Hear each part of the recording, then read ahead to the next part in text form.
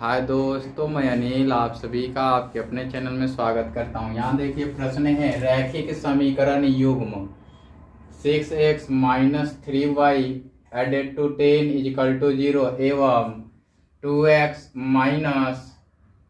y plus 9 is equal to 0 है ना। कहता है कि pair of linear equations is 6x minus 3y added to 10 equal to 0 and 2x minus y added to 9 is equal to 0 है ना। ऐसा है तो a is equal to अविरोधी, b is equal to विरोधी, c equal to आश्रित, d equal to इनमें से कोई नहीं। विरोधी का मतलब क्या होता है? ये होता है संगत, कंसिस्टेंट। विरोधी इनकॉन्सिस्टेंट, आश्रित, डिपेंडेंट, ऐसा होता है नन ऑफ दीज। चलिए मैं आपके प्रश्न के अकॉर्डिंग लिखूं तो मैं 3 खंड बनाता हूं। पहले अविरोधी का, किसका? अविरोधी का, ये वाला दिख रहा है ना, विरोधी का, और पुनः आश्रित का। किसका? आश्रित का। ये 3 खंड हमने बनाया। 3 खंड में अब देखिए तीसरे खंड के बाद विरोधी के लिए अद्वितीय हल क्या होते हैं? अद्वितीय या एक हल होते हैं। विरोधी के लिए कोई हल नहीं,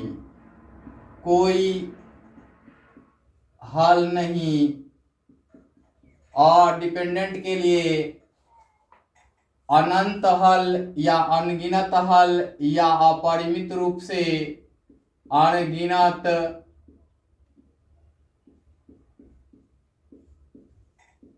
हल या अनगिनत रूप से अनेक हल, ये होता है। इसके अतिरिक्त इसकी रेखाएं होती हैं प्रतिच्छेदी रेखाएं होती हैं या रेखा। इसकी रेखा होती हैं समानांतर या समांतर। इसकी रेखा होती है संपाती।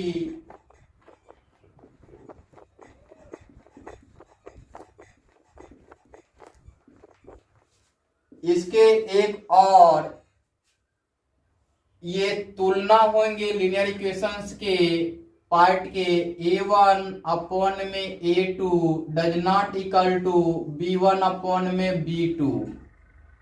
ये होंगे a1 अपॉन में a2 is equal to b1 upon में b2 does not equal to c1 upon में c2।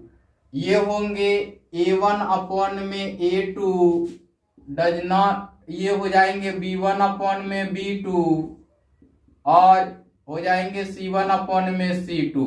हमने 4 इसके क्या लिखे? शर्तें लिखे हैं। अब देखिए यहाँ समीकरण युग्म दिया गया है ना, लीनियर इक्वेशंस का पेयर दिया गया है। तो 6x और 3y में हम इसका कैटेगराइजेशन करते हैं। तो क्या दिया गया है?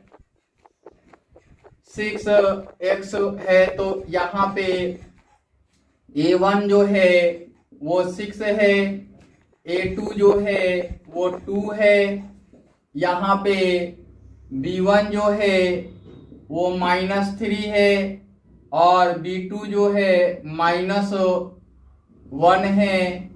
फिर c1 जो है वो 10 है और c2 जो है वो 9 है।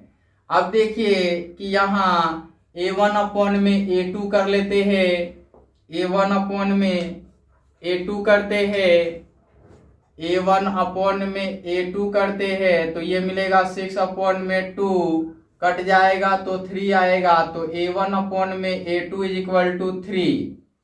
यहाँ B1 अपॉन में B2